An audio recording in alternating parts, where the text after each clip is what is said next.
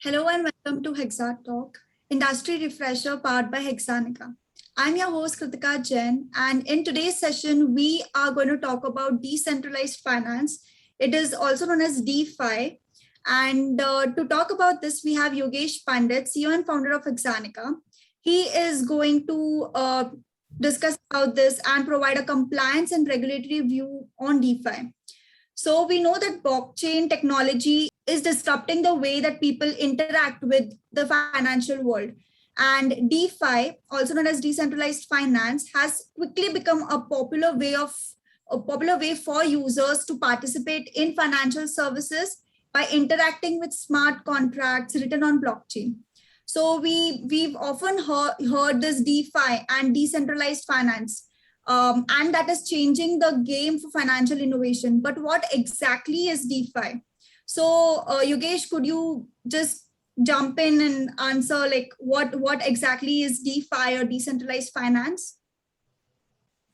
Kritika, thank you for this opportunity to connect again on this topic. Before I jump in and answer, just a few weeks ago, we had a session on crypto and compliance around crypto.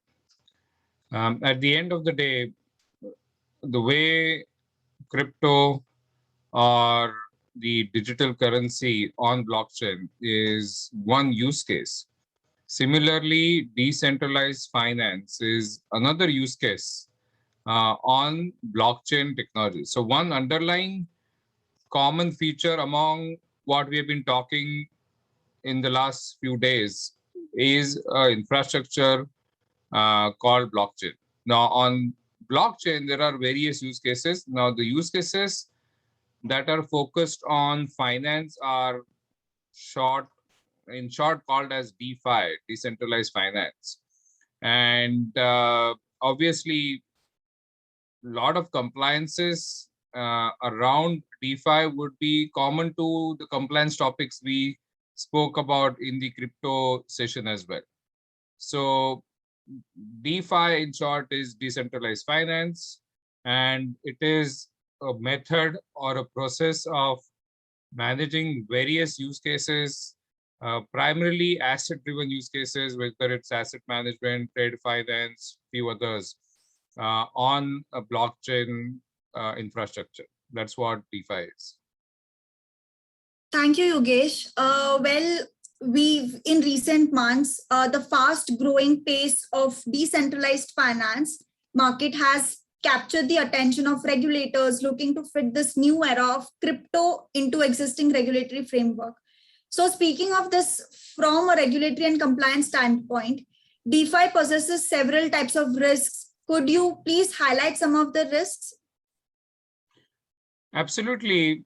Recently, SEC Commissioner Carolyn Crenshaw explicitly expressed her positive outlook on this, saying in quote, DeFi offers opportunities but needs better compliance, quote complete. And she intrinsically related this or signaled out in her conversation about lack of transparency or pseudo anonymity in the blockchain environment. And again, to reiterate, we did touch upon these topics when we were doing crypto compliance. So a lot of compliances, whether it's money laundering driven compliances or similarly privacy related compliances, are common across any use case on blockchain. That actually doesn't change. Obviously, there are nuances that if it is a currency versus it's another asset. I consider currency as just one of the assets. And here on DeFi, a lot of times you are underlying, I would say, transaction includes some kind of assets and money flow back and forth. But these problems of lack of transparency and pseudo-anonymity is a problem. The other thing that I would like to bring to attention is, in addition to SEC Commissioner, CFTC in the United States and other regulators. In fact, recently, the government of India also very openly announced that they are creating regulations or regulatory framework around blockchain and crypto. So the other complexity in being in this area is new regulations, new requirements are coming out, and there will be constant changes happening at least I see this year and next year around use of DeFi or other similar use cases on blockchain. There are opportunities at the same time, various risk, regulatory, ACA compliance issues that all the financial institutions that are using blockchain to do certain things will have to take care of. Now, one thing that you did not explicitly ask, but I would like to point out is, at the end of the day, financial institutions or other institutions using finance are processing or doing things with other technologies as well at the same time.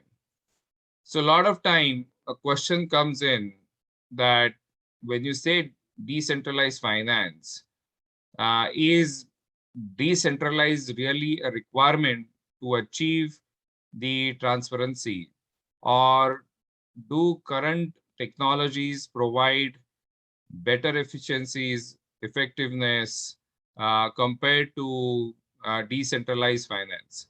And that question I always ask the clients, I always ask people that I speak to about this topic, as to while you are taking advantage of decentralized systems, lot of, or if I can say majority of transactions is in asset management and trade finance are very private and transactions that do not require unanimous consensus, which is a core benefit and strength of blockchain technologies. And if you don't need unanimous consensus for transaction, then the whole benefit of using DeFi or blockchain as a technology significantly goes away. There might be other technologies or other benefits also,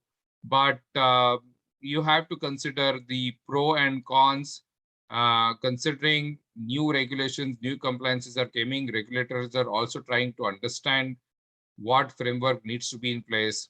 But there are not just compliance risks, but there are other operational risks as well that financial institutions have to consider.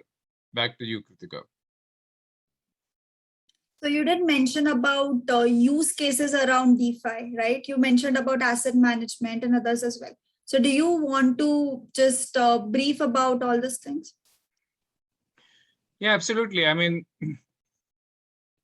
wherever there are cross-country, cross-border transactions where maybe some of the processes are slow, DeFi can be considered. Obviously, it does bring the cross-border payments compliance into the play, and right now it's kind of a pass-through for many of the financial institutions if they are using crypto or other formats when it comes to transactions.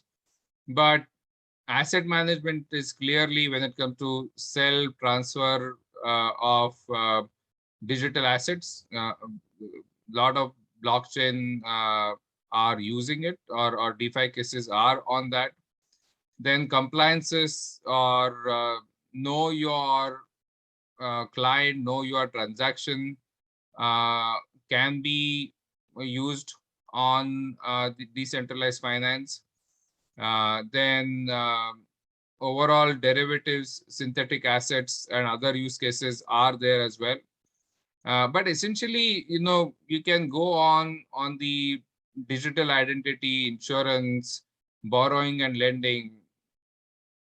A lot of use cases can be done on decentralized finance or blockchain technology. The question remains, at what cost, at what efficiency, and are you ready to take the compliance and operational risks that come along with